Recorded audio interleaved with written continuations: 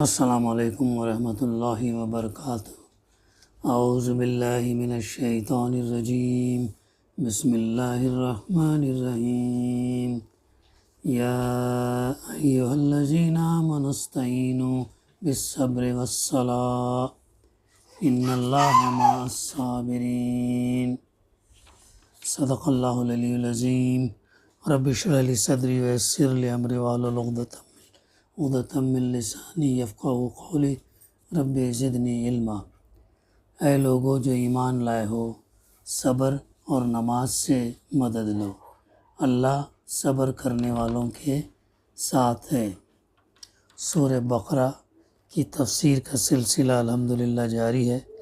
ابھی آیت نمبر 153 کی تلاوت اور اس کی ترجمانی ابھی ہم نے سماعت کی۔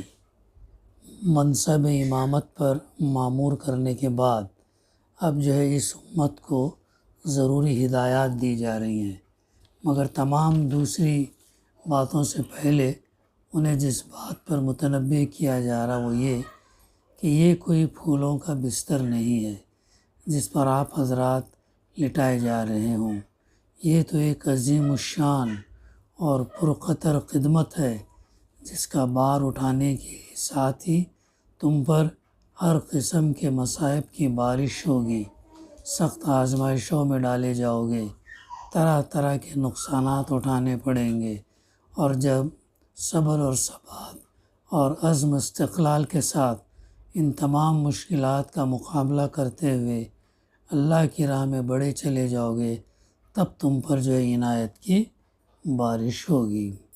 ابھی اس آیت کا گزشتہ آیات سے کیا ربط ہے؟ وہ یہ ہے کہ قبلے کے مسئلے کی فیصلہ کن وضاحت اور امت مسلمہ کو ممتاز اور مخصوص شخص و مقام عطا کرنے کے بعد جو اس کے مخصوص اور ممتاز تصور سے پوری طرح ہم آہنگ ہے، امت مسلمہ کو جو ایک خاص تشخص اور مخصوص وجود کی حامل اور امت وسط اور شہداء علی الناس ہے، سب سے پہلے جو ہدایت دی جاتی وہ یہ ہے کہ اس عظیم رول کے ادا کرنے کے سلسلے میں وہ صبر اور استقامت اور نماز سے جو ہے مدد لے۔ یہ عظیم رول جن قربانیوں، شہداء کی شہادت، مال جان اور پیداوار کے نقصانات، خوف اور قطر اور فقر اور فاقہ کا طالب ہے، ان کے سلسلے میں کوتاہی نہ کرے، اور اللہ کے بھیجے ہوئے نظام حیات کو انسانی نفوس پر اور زمین میں انسانوں کے درمیان جاری اور نافذ کرنے کے سلسلے میں جو پرخطر حالات پیش آئیں انہیں جھیلنے کے لیے تیار رہیں۔ اسی کے ساتھ اس امت کے دل اللہ سے جڑے رہیں، امت اللہ کی بندگی اور اطاعت کے لیے بالکل یکسو ہو، ہر طرف سے کٹ کر یکسو ہو، اور وہ سارے معاملات کو اللہ کے حوالے کر دے اور اللہ کے فیصلوں پر راضی ہو، اور یہ سب کچھ صرف اللہ کی رضا، اس کی رحمت، اس کی ہدایات کے حصول کے لیے ہو۔ تنہا یہی چیز قلب مومن کے لیے جو اس کی قدر اور قیمت کو اچھی طرح جانتا ہے عظیم ترین جزا ہے۔ اب اس کی تفسیر میں جو ہے ہم جائیں گے۔ یا ایھا الذین آمنوا استعینوا بالصبر والصلاۃ ان اللہ مع الصابرین۔ اے لوگو جو ایمان لائے ہو، صبر اور نماز سے مدد لو، اللہ صبر کرنے والوں کے ساتھ ہے۔ اب ایمان والوں، صبر سے نماز سے مدد حاصل کرو، بے شک اللہ جو ہے صبر والوں کے ساتھ ہے۔ قرآن مجید میں صبر کا ذکر بار بار اور بہت زیادہ آیا ہے، کیونکہ اللہ تعالیٰ کو اس حقیقت کا بخوبی علم ہے کہ مختلف میلانات اور محرکات کی کشاکش کے درمیان راہ حق پر استقامت کے لیے عظیم جدوجہد درکار ہے۔ اسی طرح مصائب و آلام اور دشوار گزار مراحل کے درمیان دعوت الی اللہ کی ذمہ داریوں سے عہدہ بڑا ہونا صبر آزما اور بہت زیادہ صحیح اور عمل کا طالب ہے۔ اس کا تقاضا یہ ہے کہ مومن کے اعصاب مضبوط اور اس کے قوی مجتمع اور محکم ہوں، اور مومن مختلف وادیوں میں داخل ہونے اور باہر آنے کی سب راہوں سے اچھی طرح آگاہ اور ہوشیار اور بیدار ہو، اور ان سب امور کے سلسلے میں صبر درکار ہے۔ اطاعت الہی پر صبر، گناہوں سے اجتناب پر صبر، اللہ کے باغیوں سے جہاد پر صبر، حق کے خلاف مختلف قسم کی سازشوں کے سلسلے میں صبر، حامیان حق کی قلت تعداد پر صبر، پرخار اور پرخطر راستے کی درازی پر صبر، اور نفوس کی کجی، قلوب کی گمراہی، مخالفت و عناد کی گرانی اور حق سے روگردانی کی تلقی پر صبر۔ عربی میں صبر کا مفہوم اردو سے بہت زیادہ وسیع اور بعض پہلوؤں سے اردو مفہوم سے بالکل مختلف ہے۔ اردو میں صبر مجبوری کا نام ہے، ظلم ستم کے آگے گھٹنے ٹیک دینے کا نام ہے، جبکہ عربی اور قرآن میں صبر کا مفہوم ہے پامردی، استقلال، استقامت، مصائب اور آلام کا ڈٹ کر مقابلہ اور حق کے لیے ہر چیز کی قربانی۔ یہ ہے جو ہے وسیع مفہوم عربی زبان کے اندر، لیکن جب یعنی رائے حق اور غلبہ حق کی مدت طویل، لمبی اور اعلاء کلمت اللہ کی جد و جہد زیادہ پرمشقت ہو جاتی ہے تو صبر ختم ہونے یا کمزور پڑنے لگتا ہے۔ یہ اس وقت ہوتا ہے جب زاد راہ نہ ہو یا انسان کو مدد نہ ملے، اسی لیے صبر کے ساتھ نماز کو جوڑ دیا گیا۔ نماز وہ چشمہ ہے جو کبھی خشک نہیں ہوتا، وہ زاد راہ ہے جو کبھی ختم نہیں ہوتا، وہ چشمہ جس سے طاقت کو اثر نو طاقت ملتی ہے، وہ زاد راہ جو دل کو غذا اور تقویت بخشتا ہے۔ اس طرح صبر کی رسی دراز ہوتی ہے اور ٹوٹنے نہیں پاتی۔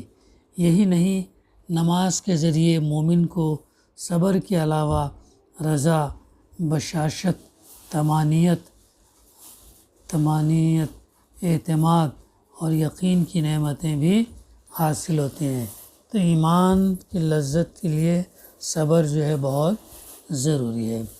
فانی، ضعیف اور محدود قوت کے حامل انسان کے لیے ناگزیر ہے کہ وہ عظیم ترین قوت اللہ سے ربط و تعلق قائم کرے، اور جب حق کے لیے جد و جہد اور مشقت اس کی محدود قوت سے متجاوز ہو جائے تو اس سے مدد حاصل کرنے میں لگ جائے۔ یہ استعانت، یہ مدد اس وقت ضروری ہوتی ہے جب مومن کو شر کی کھلی اور چھپی تمام طاقتوں سے نبرد آزما ہونا پڑتا ہے، جب خواہشات کی تحریک اور مفادات کی طمع کے درمیان رائے حق پر استقامت کی جد و جہد اس کے لیے ایک بوجھل کام بن جائے، جب شر اور طغیان کی شدید طاقتوں سے جہاد اس کے لیے گراں ہو جائے، جب اسے اپنی محدود عمر کے پیش نظر رائے حق طویل اور سفر دشوار نظر آئے، جب وہ دیکھے کہ وہ موت کے قریب آ لگا ہے مگر وہ کسی نتیجے تک نہیں پہنچ سکا، اس کی عمر کا آفتاب غروب ہوا چاہتا ہے مگر وہ کچھ بھی حاصل نہ کر سکا، جب وہ دیکھتا ہے کہ شر پھل پھول رہا ہے اور خیر اس کے برعکس لاچار اور ناتواں ہے، اور افق میں روشنی کی کوئی کرن اور کوئی نشان راہ نظر نہیں آتا، تب نماز کی قدر و قیمت واضح ہوتی ہے۔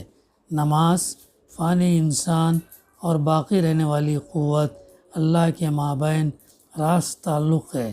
یہ اس چشمہ ہے جو کبھی خشک نہیں ہوتا، ایک تنہا اور دور پڑے ہوئے قطرے کے ملنے کا بہترین اور پسندیدہ موقع ہے۔ یہ اس خزانے کی کنجی ہے جس کی دولت اور جس کی بے پناہ فیضان سے انسان مالا مال ہوتا ہے۔ یہ حقیر عرضی حدود سے اوپر اٹھ کر عظیم کائناتی اور آفاقی حدود سے انسان کا ربط اور تعلق ہے۔ یہ دوپہر کی شدید تمازت میں ٹھنڈی اور خوشگوار ہوا ٹھنڈک اور سائے کے مانند ہے۔ یہ غمگین اور تھکے دل کے لیے محبت اور رحمت کا جھونکا ہے۔ یہی وجہ ہے کہ جب رسول اللہ صلی اللہ علیہ وسلم شدت حالات سے دوچار ہوتے تو فرماتے، اے بلال، نماز سے ہمیں راحت اور آرام پہنچاؤ۔ جب آپ کسی پریشانی میں مبتلا ہوتے تو کثرت سے نمازیں پڑھتے تاکہ اللہ سے آپ کی زیادہ سے زیادہ ملاقات ہو سکے۔ اسلامی نظام حقیقتاً نظام عبادت ہے۔ اس نظام میں عبادات اسرار اور رموز کی حامل ہے۔ یہ عبادات زاد راہ ہیں، یہ روح کی مدد ہیں، یہ قلب کی جلا ہیں۔ جب بھی مرد مومن پر کوئی ذمہ داری اور تکلیف آتی ہے، عبادت اس کی دل کی کلید بنتی ہے تاکہ وہ اس ذمہ داری اور تکلیف میں حلاوت اور شیرینی، خوشگواری اور سہولت و آسانی کا مزہ پائے۔ اللہ سبحانہ وتعالیٰ نے جب حضرت محمد صلی اللہ علیہ وسلم کو دنیا میں ایک عظیم پرمشقت اور گراں بار رول ادا کرنے کے لیے منتخب کیا تو ان سے فرمایا، یا ایھا المزمل قم اللیل الا قلیلا نصفہ او انقص منہ قلیلا او زد علیہ ورتل القرآن ترتیلا انا سنلقی علیک قولا ثقیلا۔ سورہ مزمل کی ابتدائی آیات ہیں۔ کیا فرمایا گیا؟ اے چادر اوڑھ کر لپیٹنے والے، اے چادر اوڑھ کر لیٹنے والے، رات میں عبادت کے لیے قیام کرو، سوائے تھوڑی رات کے، آدھی رات یا اس سے کچھ کم یا اس سے کچھ زیادہ، اور قرآن مجید کو خوب ٹھہر ٹھہر کر پڑھو۔ یقیناً ہم تم پر ایک قول ثقیل، بڑا بوجھ ڈالنے والے ہیں۔ یہ قیام اللیل اور ترتیل قرآن قول ثقیل پر مشقت، ذمہ داری اور عظیم رول کے ادا کرنے کے لیے تیاری تھی۔ حقیقت یہ ہے کہ عبادت دل کے دریچے اللہ سے تعلق استوار کرتی، امر دعوت کو آسان کرتی اور دل کو نور، تسلی، راحت اور اطمینان سے بھر دیتی ہے۔ اسی لیے اللہ تعالیٰ اہل ایمان کو جبکہ وہ عظیم پرمشقت مہمات کے دروازے پر کھڑے تھے، صبر اور نماز کی طرف متوجہ فرماتا ہے۔ صبر اور نماز کی طرف متوجہ کرنے کے فوراً بعد ارشاد ہوتا ہے، ان اللہ مع الصابرین، بے شک اللہ صبر کرنے والوں کے ساتھ ہے۔ اللہ ان کے ساتھ ہے، وہ ان کی مدد فرماتا ہے، انہیں ثابت قدمی بخشتا ہے، انہیں قوت عطا کرتا ہے، ان سے محبت کرتا ہے، راہ حق طے کرنے کی مہم میں انہیں تنہا نہیں چھوڑتا، یا انہیں ان کی محدود طاقت اور کمزور قوت کے حوالے کرتا ہے۔ جب ان کا زادرہ ختم ہو جاتا تو وہ ان کی مدد فرماتا ہے، اور جب راہ حق انہیں دور دراز محسوس ہونے لگتی تو وہ ان کے عزائم کو نئی زندگی اور تازگی بخشتا ہے۔ آیت کے آغاز میں اللہ تبارک تعالیٰ اہل ایمان کو یا ایھا الذین آمنوا، اے لوگو جو ایمان لائے ہو، کہ پیارے الفاظ سے پکارتا ہے، اور آیت کے اختتام اس عجیب و غریب جملے پر ہوتا ہے جس کے ذریعے اہل ایمان میں ہمت، جرأت اور شجاعت پیدا کی گئی۔ ان اللہ مع الصابرین، بے شک اللہ صبر کرنے والوں کے ساتھ ہے۔ اب اس ضمن میں 3 حدیث کا انشاءاللہ ہم مطالعہ کریں گے۔ پہلی حدیث جو ہے وہ بخاری، ابو داؤد، نسائی میں، اس کی ترجمانی پیش کرتا ہوں۔ خباب بن ارت رضی اللہ عنہ سے مروی ہے کہ انہوں نے کہا ہم نے رسول اللہ صلی اللہ علیہ وسلم سے حالات کی شدت کی شکایت کی۔ اس وقت آپ کعبے کے زیر سایہ چادر کو تکیہ بنائے لیٹے تھے۔ ہم نے کہا آپ ہماری فتح اور نصرت کے لیے اللہ سے درخواست کیوں نہیں کرتے؟ آپ ہمارے لیے دعا کیوں نہیں کرتے؟ آپ صلی اللہ علیہ وسلم نے فرمایا تم سے قبل کچھ لوگوں کو پکڑا جاتا، ان کے لیے زمین میں گڑھا کھودا جاتا، پھر انہیں گڑھے میں گاڑ دیا جاتا، پھر آرا لایا جاتا، ان کے سر پر رکھا جاتا اور انہیں آدھا آدھا چیر ڈالا جاتا۔ کچھ اور لوگوں کا گوشت لوہے کی کنگھیوں کے ذریعے ہڈیوں سے نوچ کر الگ کیا جاتا، مگر ان شدائد اور آلام کے باوجود یہ لوگ اپنے دین سے روگردانی نہ کرتے۔ خدا کی قسم،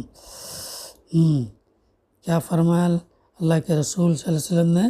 خدا کی قسم اللہ یعنی اس دین کی اس مہم کو ضرور کمپلیشن تک پہنچائے گا، دین حق کو غالب کرے گا، یہاں تک کہ سوار یعنی سفر کرنے والا صنع یمن میں ہے، حضر موت تک سفر کرے گا، مگر تمام حق کے غلبے کے باعث اسے اللہ کے سوا کسی کا خوف نہ ہوگا۔ ہاں، بکریوں کے سلسلے میں بھیڑیوں کا ڈر ہوگا، لیکن تم جلد بازی کر رہے ہو۔ یہ طویل حدیث میں اللہ کے رسول صلی اللہ علیہ وسلم نے حضرت خباب بن ارت رضی اللہ سے فرمایا۔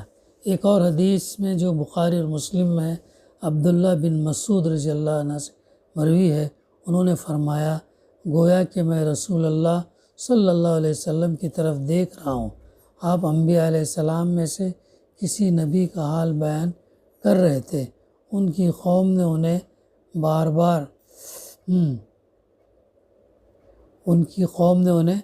مار کر لہو لہان کر دیا۔ وہ اپنے چہرے سے خون پوچھتے جاتے تھے اور کہتے جاتے تھے اے اللہ میری قوم کے لوگوں کو معاف فرما، وہ جانتے نہیں ہیں کیسے کیسے تکالیف، کیسے کیسے مصائب سے جو ہے ہمارے صحابہ گزرے ہیں، اور جو ہے وہ گزرنے کے بعد ہی اسلام جو ہے ہم تک پہنچا ہے۔ ایک اور حدیث میں جو ترمذی کی ہے، یحییٰ بن وصاب سے مروی ہے کہ ان سے ایک بزرگ صحابی رسول صلی اللہ علیہ وسلم نے کہا کہ رسول اللہ صلی اللہ علیہ وسلم نے فرمایا وہ مسلمان جو لوگوں سے ملتا جلتا رہتا اور ان کی ایذا رسانیوں پر صبر کرتا ہے، اس مسلمان سے بہتر ہے جو اس سے ملتا جلتا نہیں، نہ ان کی ایذا رسانی پر صبر کرتا ہے۔ یہ تھی اس آیت کی ضمن میں تفسیر اور حدیث جس کا ہم نے مطالعہ کیا۔ دعا ہے کہ اللہ سبحانہ وتعالی ہمیں کہنے سننے سے زیادہ صحیح سمجھنے، اس پر عمل کرنے اور اس پیغام کو پہنچانے کی توفیق عطا کرے۔ ربنا تقبل منا انک انت السمیع العلیم وتب علینا انک انت التواب الرحیم۔ صلی اللہ تعالیٰ علی خیر خلقہ وعلی آلہ وصحبہ اجمعین والحمد للہ رب العالمین۔